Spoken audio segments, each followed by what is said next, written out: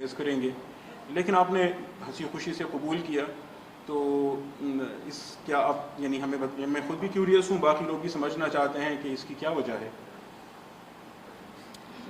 وجہ میں کیا بتاؤں، میرے خیال میں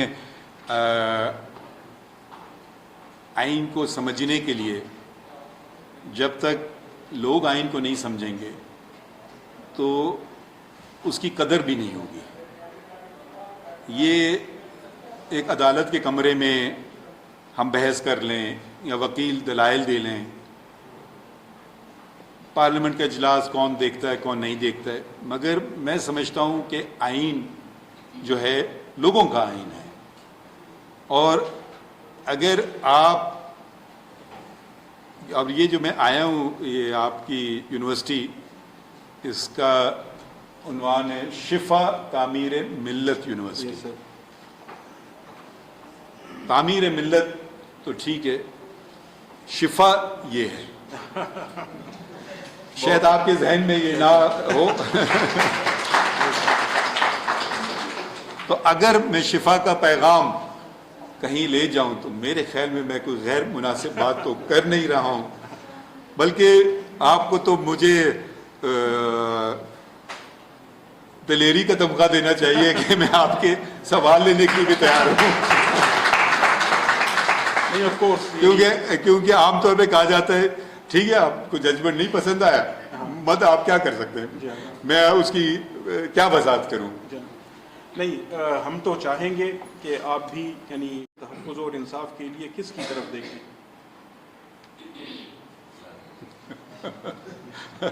پتہ نہیں، آپ بتائیے، یہ کافی پیچیدہ سوال ہے۔ یقیناً انصاف اور حقوق کے لیے تو عدالتیں ہی ہوتی ہیں، مگر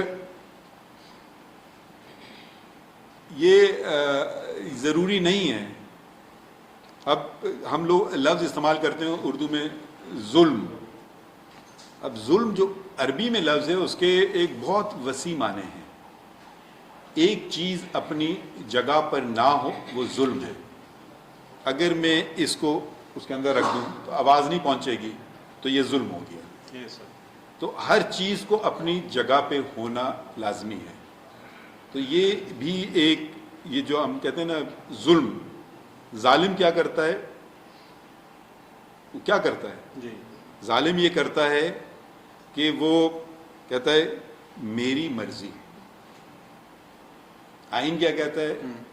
لوگوں کی مرضی، تو یہ ہو گیا ظلم۔ تو ایسی مثالیں بہت ساری دی جا سکتی ہیں، اور اگر آپ کی جو دوسری بات آپ نے کہی کہ جس کو ڈفرینس آف اوپینین، ایک ہوتا ہے ناراضگی، ناراضگی تو ایک الگ بات ہے، میں تو کوئی نہیں سمجھتا ہوں ناراضگی کہیں بھی ہے یا ہونا چاہیے۔ ایک میں آپ سے اگری نہ کروں، یہ نہ کہوں کہ جی میں نہیں مانتا، ہاں آپ نے کوئی دلائل دیے میں اس سے بہتر دلائل دوں، یا میں سمجھوں بہتر ہے کہ جی نہیں آپ نے جو یہ سوچا سمجھا یہ غلط ہے کیونکہ یہ وجوہات ہیں۔ تو میرے خیال میں زندہ معاشرے ایسی اب زندہ معاشروں انہی کو کہتے ہیں کہ اگر حق کوئی یوں سر ہلانے لگے تو وہ تو پھر آمریت کی طرف ہوگا، اور پھر ڈکٹیٹرشپ دور نہیں ہے اور ایبسولوٹ رول نہیں ہے۔ اسی سے متعلق ایک اور سوال ہے جی جو میرا ہے، آڈینس آرڈرز آئے ہیں اور ہم آپ کے آرڈرز کا اور آپ کی ججمنٹس کا خود بھی مطالعہ کرتے ہیں، اسٹوڈنٹس کو بھی شیئر کرتے ہیں، وہ بھی پڑھتے ہیں، ہم آپس میں ڈسکس بھی کرتے ہیں۔ تو ایک میں آپ نے جو بینچوں کی تشکیل کا مسئلہ ہے اس پر بات کی ہے، اور اس کو آپ نے قواعد کے تحت منضبط کرنے کی، ریگولیٹ کرنے کی بات کی ہے، اور دوسرا اسی سے متعلق وہ حفظ قرآن پر 20 نمبروں کا مسئلہ تھا، لیکن اس میں چونکہ سو موٹو لیا گیا تھا تو آپ نے اس معاملے کو مؤخر کرتے ہوئے یہ قرار دیا کہ از خود نوٹس کے جتنے مقدمات ہیں ان کو جب تک اس کے لیے باقاعدہ قواعد نہ وضع کیے جائیں اس وقت تک ایسے مقدمات کو مؤخر کیا جائے۔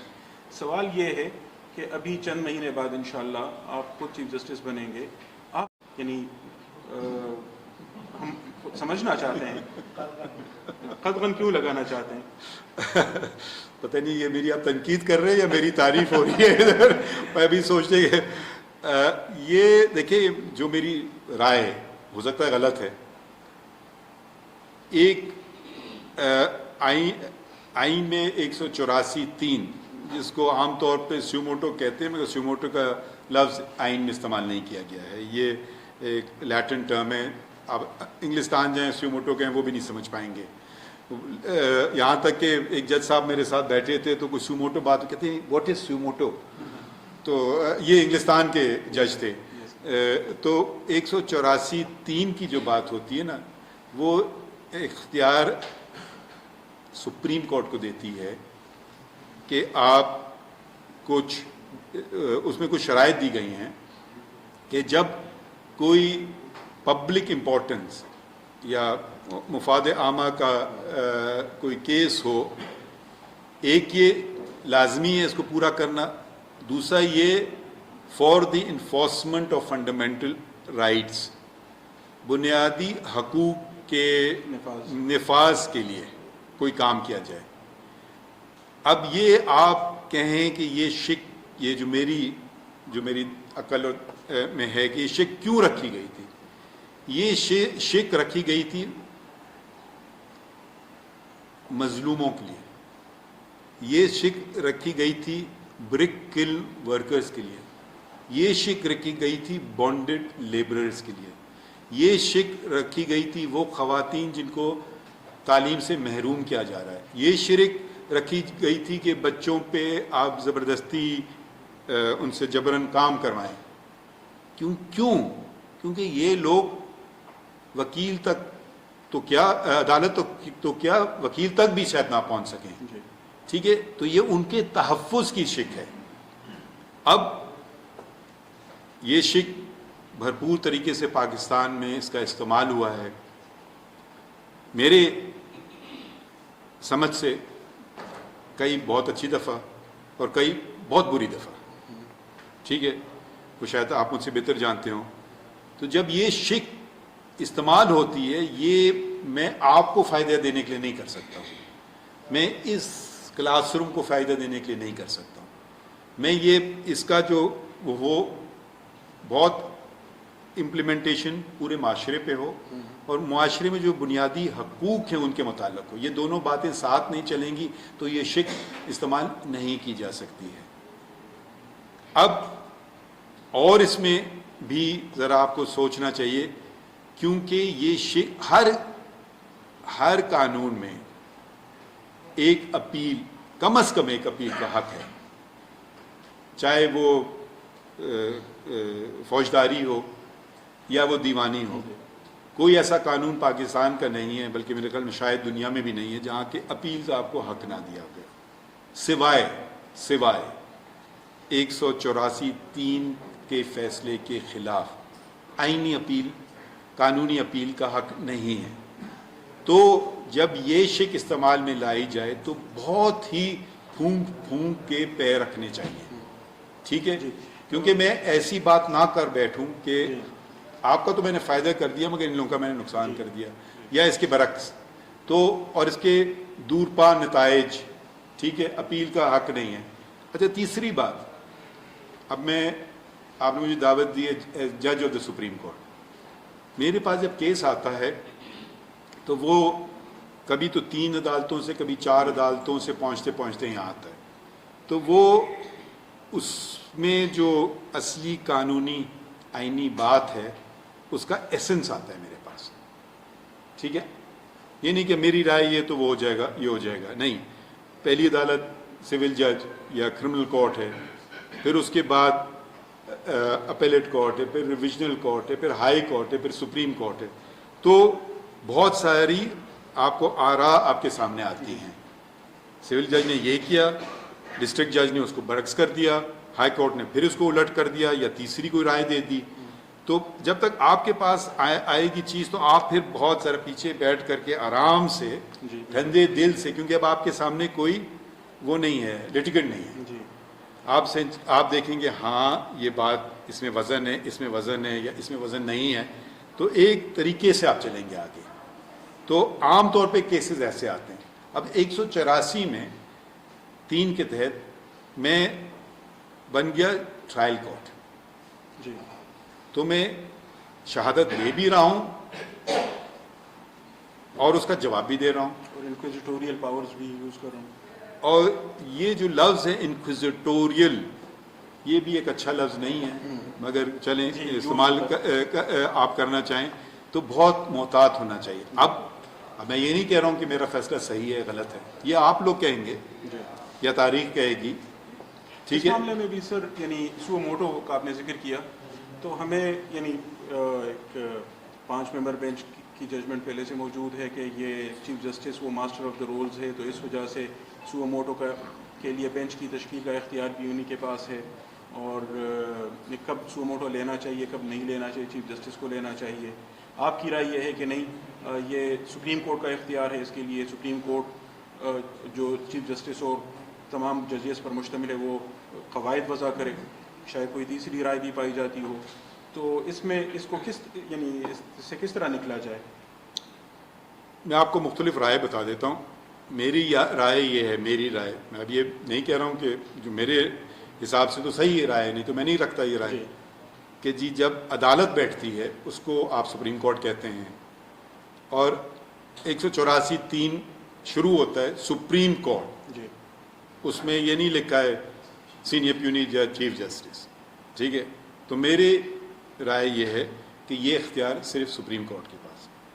آپ نے بات کی ہمارے دوستوں کی، ان کی رائے یہ ہے کہ صرف چیف جسٹس یہ اختیار استعمال کر سکتا ہے.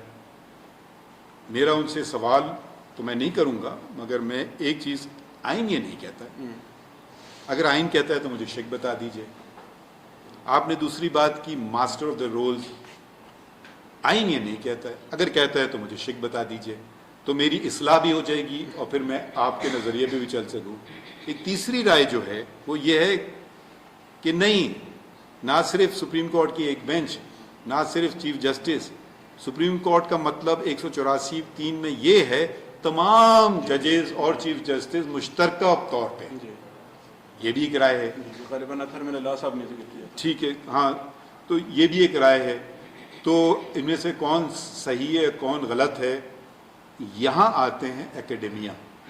جی بالکل، کیونکہ میں تو کہوں گا جی میری رائے صحیح ہے، میرے دوست کہیں گے نہیں میری رائے صحیح ہے. تو ہم کو ایک اکھاڑے میں تو ہے ہی نہیں.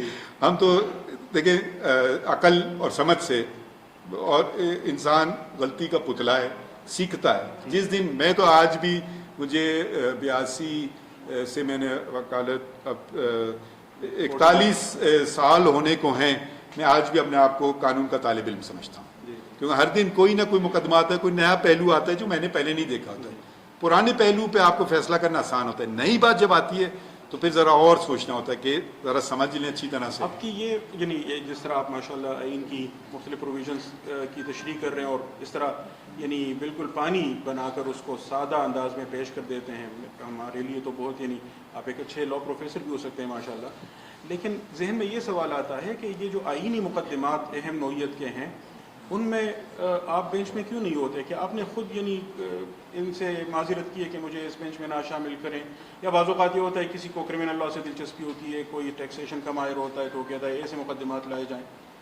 میں صرف یہ آپ کا سوال کا جواب تو نہیں دوں گا، میں کچھ اور بات کہہ دیتا ہوں.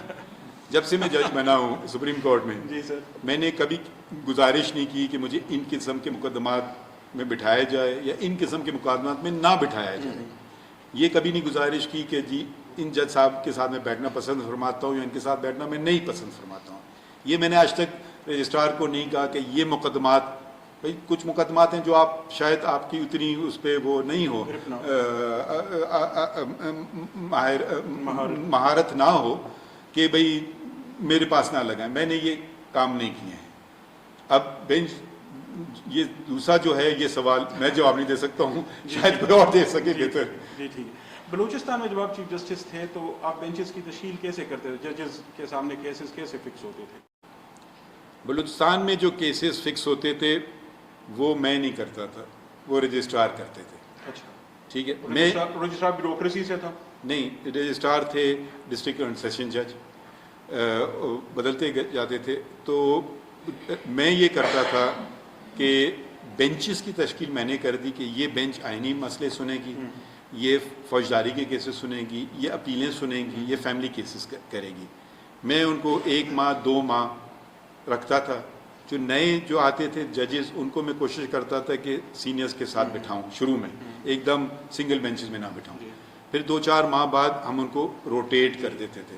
5 سال 1 ماہ میں chief justice of supreme court کا، chief justice of Balochistan high court کا ایک دن میں نے کاز لسٹ نہیں دیکھی. رجسٹرار جو بناتے تھے، رجسٹرار کو صرف یہ حکم دیا گیا تھا کہ کچھ کیسز ہیں جو فاسٹ ٹریک، جس کو جلد نوعیت کے ہیں، ارجنٹ ہیں، اس میں یقیناً الیکشن کیسز، کیونکہ مدت ہی 5 سال ہوتی ہے، تو اگر ہم 4-5 سال لگا لیں اور پھر وہ کہیں جی ختم ہو گیا.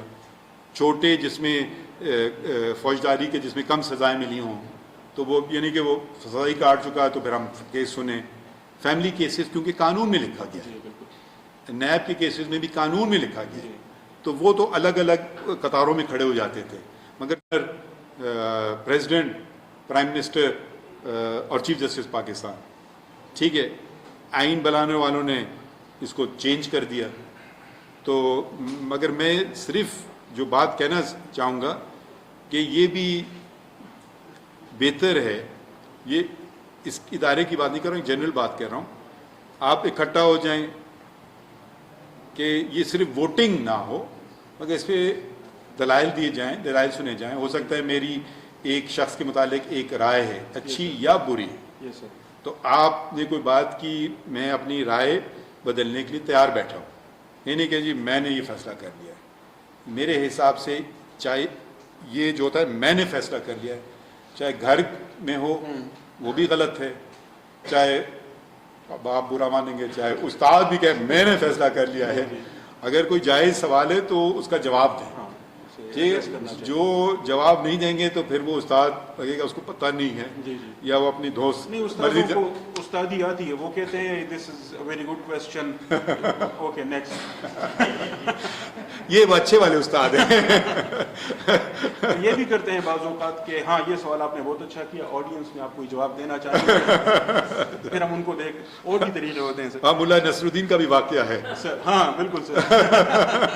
جب ان کو کھڑا کر دیا گیا کہ جی بتائیے، تو انہوں نے کہا کہ جی آپ کو پتہ ہے میں کیا بات کرنے والا ہوں. انہوں نے کہا جی ہاں. بیٹھ گئے.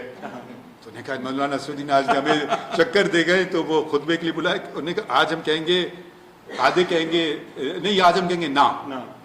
تو سب نے کہا آپ کو پتہ ہے میں کیا کہنے والا؟ کہ جی نہیں. تو انہوں نے کہا ایسے نامناسب جاہل لوگوں کے سامنے میں بات کرنا پسند ہی نہیں فرماتا ہوں. تو چل دیے. تیسری دفعہ لوگوں نے آپس میں مشورہ کیا، یہ ہمارے ہاتھ سے پھر نکل گیا. اب ایسا کریں آدھوں کو کہیں کہ پتہ ہے اور آدھے کہیں نا پتہ ہے. تو یہ آیا. اچھا پھر ایسا کریں جن کو پتہ ہے وہ ان کو بتا دیں، جن کو نہ پتہ ہے. شکریہ. مگر میں نے آسان راستہ نہیں پکڑا. ہاں نہیں، ماشاء اللہ. یہ کچھ اور بھی سوالات ویسے یہ تو ہیں الیکشنز کے حوالے سے بھی ہیں کہ آپ نے چونکہ قومی وحدت اور وفاقیت کی بات کی ہے، تو پاکستان ایک آئینی بحران سے گزر رہا ہے. 2 صوبوں میں اسمبلیاں ڈیزالو ہو چکی ہیں. کچھ لوگوں کا یہ کہنا ہے کہ اگر پہلے انتخابات ہو جائیں تو پھر قومی اسمبلی کے انتخابات کے لیے وہ نگران سیٹ اپ نہیں ہوگا، غیر جانبدار، اور اس طرح ان صوبوں میں تو مستقل پھر وہ انتخابات پہلے ہوتے رہیں گے. تو کیا اس طرح یہ وفاق کے لیے نقصان دہ ہوگا؟ دیکھیے، آپ نے جو باتیں جو آپ نے مشکلات کہوں یا آپ نے، اور اسی طرح آڈینس سے بھی ایک سوری سر، اچھا چلیں، ایک سوال اس سے متعلق ہے کہ کیا اس کی کوئی ضمانت ہے کہ منتخب ہونے کے بعد وہ پھر اسمبلیاں نہیں توڑ دیں گے؟ اچھا چلیں.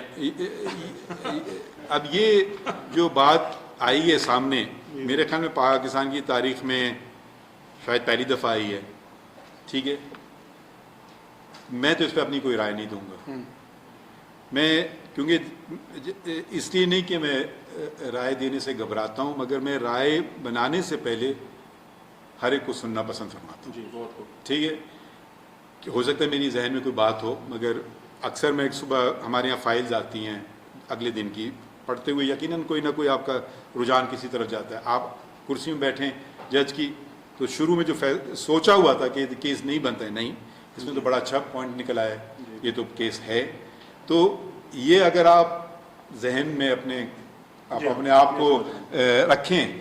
اور کیونکہ یہ چیز ایسی ہے جو آپ نے باتیں کی یقیناً اس میں بہت وزن ہے, مگر میں پھر میں ذرا چلیں سر, اگر یہ پولیٹیکل کوشچن ہوا, چلیں اس کو چھوڑ کے میں اس کو ایک آئینی سوال کے طور پہ لے لیتے ہیں کہ اسمبلیوں کی ڈیزولوشن کے حوالے سے ایک آپ اس پرٹیکولر کانٹیکسٹ میں چلیں بات نہ کریں, لیکن یہ جو مسئلہ ہوتا ہے کہ ججز 3-2 کا مسئلہ ہے, 4-3 کا مسئلہ ہے, یعنی ججز تو ڈیسنٹ بھی کرتے ہیں, اختلافی رائے بھی رکھتے ہیں, اس کو کس طرح ریزولو کیا جاتا ہے؟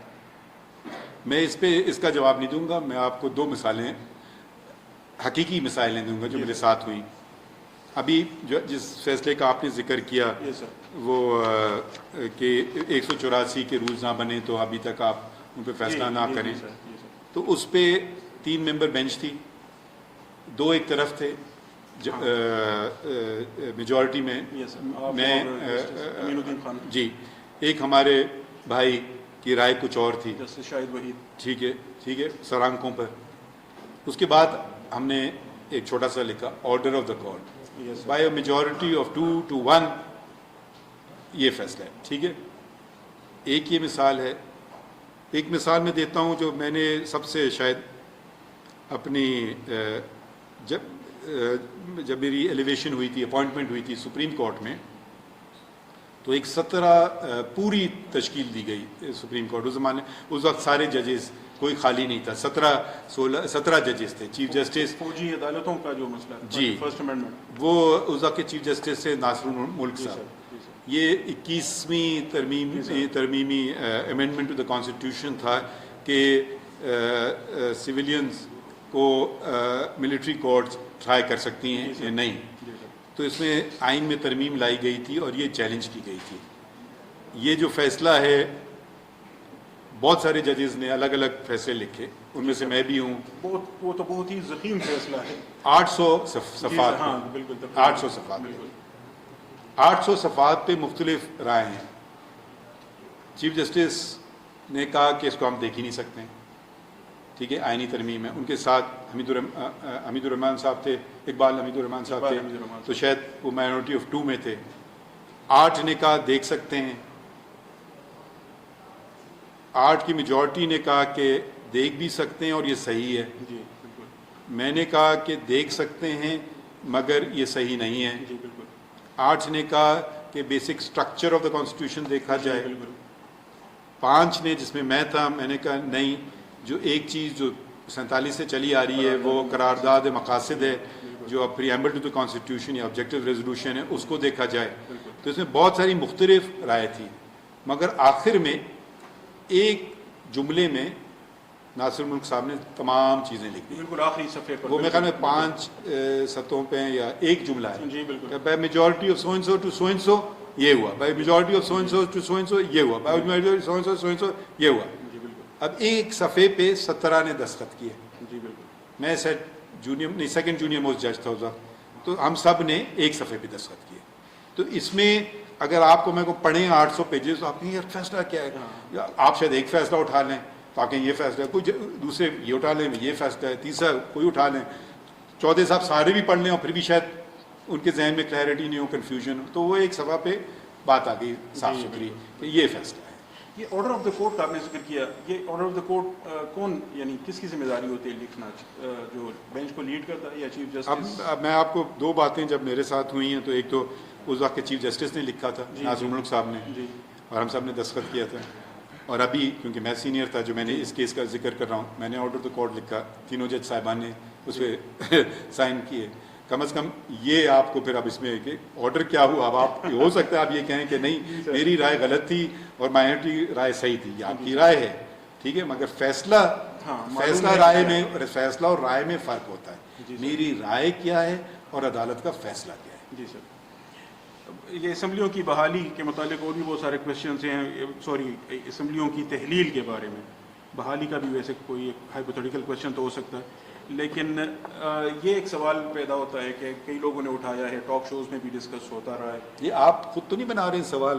نہیں سر, یہ لکھے ہوئے ہیں. مجھے یہ سارے مشکل سوال ہی ہے, شاید آپ اگر آپ لوگوں کو کوئی اعتراض ہے تو بتا دیجئے. انہوں نے کہا جی آڈینس سے ملے مطلب مشکل سوال خود لکھ کر آئے آپ. جو کوشچنز ادھر سے آ رہے ہیں وہ میں ادھر سے لے رہا ہوں, جو ادھر سے آ رہے ہیں وہ اچھا واقعی, اور کچھ آپ کی باتوں میں سے نکل. تو آپ بتا بھی دیا کریں کس نے سوال کیا ہے. یہ والا میرا ہے, کیونکہ میں نے لوگوں کو بولتے ہوئے دیکھا ہے, سنا ہے, وہ کہتے ہیں کہ یہ ایک بندے کے پاس اسمبلی کی تحلیل کا اختیار نہیں ہونا چاہیے, یہ لوگوں کو گویا آپ ڈس انفرینچائز کر رہے ہیں, ان کو لوگوں نے 5 سال کے لیے منتخب کیا تھا, آپ وقت سے پہلے ختم کر دیتے ہیں. یہ تقریباً وہی معاملہ ہو جاتا ہے جیسے صدر کی زمانے میں آپ نے 58(2)B کا ذکر کیا, وہ اسمبلیاں تحلیل کر دیتا تھا. کیا ان میں کوئی فرق ہے یا اس کو آپ کس طرح دیکھیں گے؟ جب میرے پاس کیس آئے گا میں آپ کو اس کا جواب دے دوں گا. ایبسٹریکٹ میں پوچھ لیتے ہیں, یہی مجھے ڈر تھا کہ یہ 58(2)B صدر اسمبلیاں تحلیل کر دیتا تھا, ڈسکریشنری اس کی پاور تھی. اب وزیر اعلیٰ یا وزیر اعظم کے پاس جو اختیار ہے اس کو 18ویں ترمیم نے ختم نہیں کیا, اور بظاہر لگتا یہ ہے, لفظ سے معلوم ہوتا ہے کہ یہ اختیار گویا مطلق ہے, ایبسولوٹ ہے. کیا یہ ایبسولوٹ ہے یا یہ اسیلیبل ہے؟ کیا اس سوال کو عدالت میں اٹھایا جا سکتا ہے کہ وزیر اعظم نے مشورہ دیا لیکن اسے مشورہ نہیں دینا چاہیے تھا, یا اس کی آئینی حیثیت غلط تھی, اسمبلی توڑنے کا مشورہ غلط ہے؟ دیکھیے ہر قسم کے ججز ہوتے ہیں, ٹھیک ہے, کوئی جس کو کیٹیگرائز کر دیتے ہیں کنزرویٹو ججز, لبرل ججز. امریکہ میں تو بہت ہی واضح طور پہ یہ بات ہو جاتی ہے, تفریق سامنے ہی نظر آ جاتی ہے کہ یہ لبرل جج ہیں, یہ کنزرویٹو. کوئی لٹرلسٹ ججز ہیں, کچھ چاہتے ہیں کہ آئین کو ذرا سا پش کریں, اس کی لینگویج کو. رائٹ ٹو لائف کا کیا مطلب ہے؟ Right to life means healthy environment also, تو اس میں مزید چیزیں لائیں, ٹھیک ہے. اب کچھ چیزوں میں ذرا ٹریڈیشنلسٹ کنزرویٹو ہوں.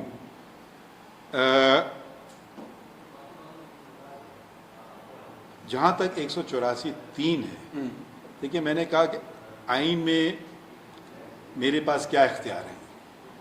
میں سپریم کورٹ کا جج ہوں, میں ایک قتل کا مقدمہ نہیں چلا سکتا ہوں,